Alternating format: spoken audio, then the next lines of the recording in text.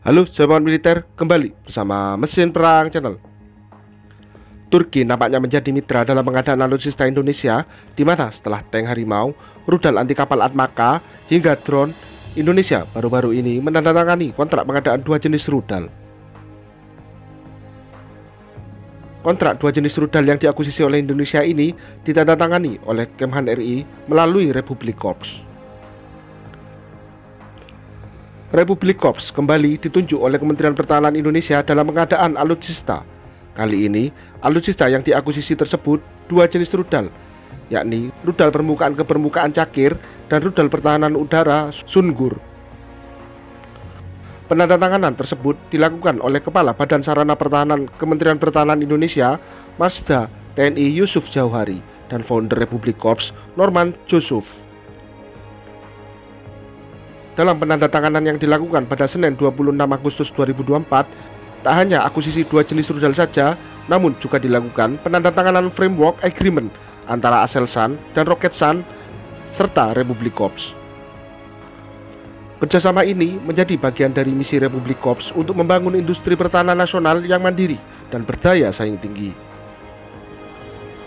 Untuk penandatanganan antara Republik Korps dengan Aselsan bertujuan untuk memproduksi sistem senjata kendali jarak jauh atau RJWS. Sementara antara Republik Korps dengan Roketsan bertujuan mendirikan fasilitas maintenance, repair, dan overhaul atau MRO serta produksi rudal Cakir, Atmaka, dan Hisar. Kerjasama strategis ini tak hanya memperkuat posisi Indonesia di panggung industri pertahanan internasional, namun juga dalam menjaga kedaulatan dan keamanan nasional.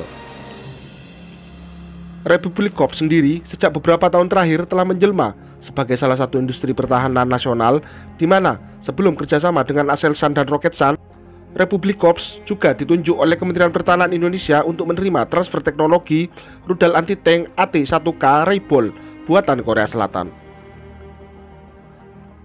Selain itu, Republik Korps sendiri juga bekerjasama dengan Drasgeli SRI untuk assembling kapal selam mini atau autonomous, serta dengan Viochi Munizioni SPA dalam produksi amunisi.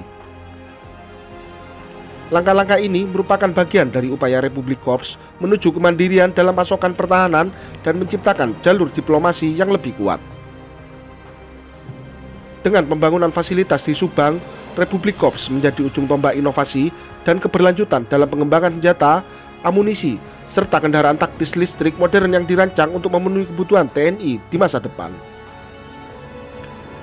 Sebagai negara maju, Indonesia sadar akan perkembangan alutsistanya, di mana sejumlah perusahaan dalam negeri dituntut untuk berinovasi mengembangkan produksi alutsista, baik untuk kebutuhan dalam negeri yakni TNI, serta untuk kebutuhan pasar ekspor. Dengan terus menggandeng dan bermitra dengan Turki yang industri pertahanannya terus berkembang, maka diperkirakan industri pertahanan Indonesia akan turut berkembang dalam beberapa tahun ke depan. Selain sejumlah rudal, Indonesia melalui Kementerian Pertahanan Indonesia telah menyatakan minat bekerjasama dengan Turki untuk pengembangan pesawat generasi kelima. Minat tersebut ditunjukkan kala Menteri Pertahanan Indonesia Prabowo Subianto berkunjung ke Turki dan dibalas oleh kunjungan Menteri Pertahanan Turki Yasser Güler ke Indonesia. Turki sendiri tengah mengembangkan pesawat generasi kelimanya yang diberi nama TF-Vekan yang mulai dikembangkan pada tahun 2010. Pesawat ini mulai menjalani penerbangan perdana pada awal tahun 2024, dilanjutkan dengan uji terbang pesawat kedua pada Februari 2024. Pesawat ini memiliki panjang 21 meter, lebar sayap 14 meter, dan tinggi mencapai 6 meter. Saat ini, pesawat TF-Vekan disematkan mesin General Electric F110GE129 turbofan, sehingga pesawat ini dapat melaju dengan kecepatan maksimal mencapai 1,8 Mach atau 2.222 km per jam. Namun, Turki melalui TUSAS Aircraft Engines telah mengembangkan mesin TF10000 yang nantinya bakal disematkan pada pesawat tempur TF-Vekan ke depannya.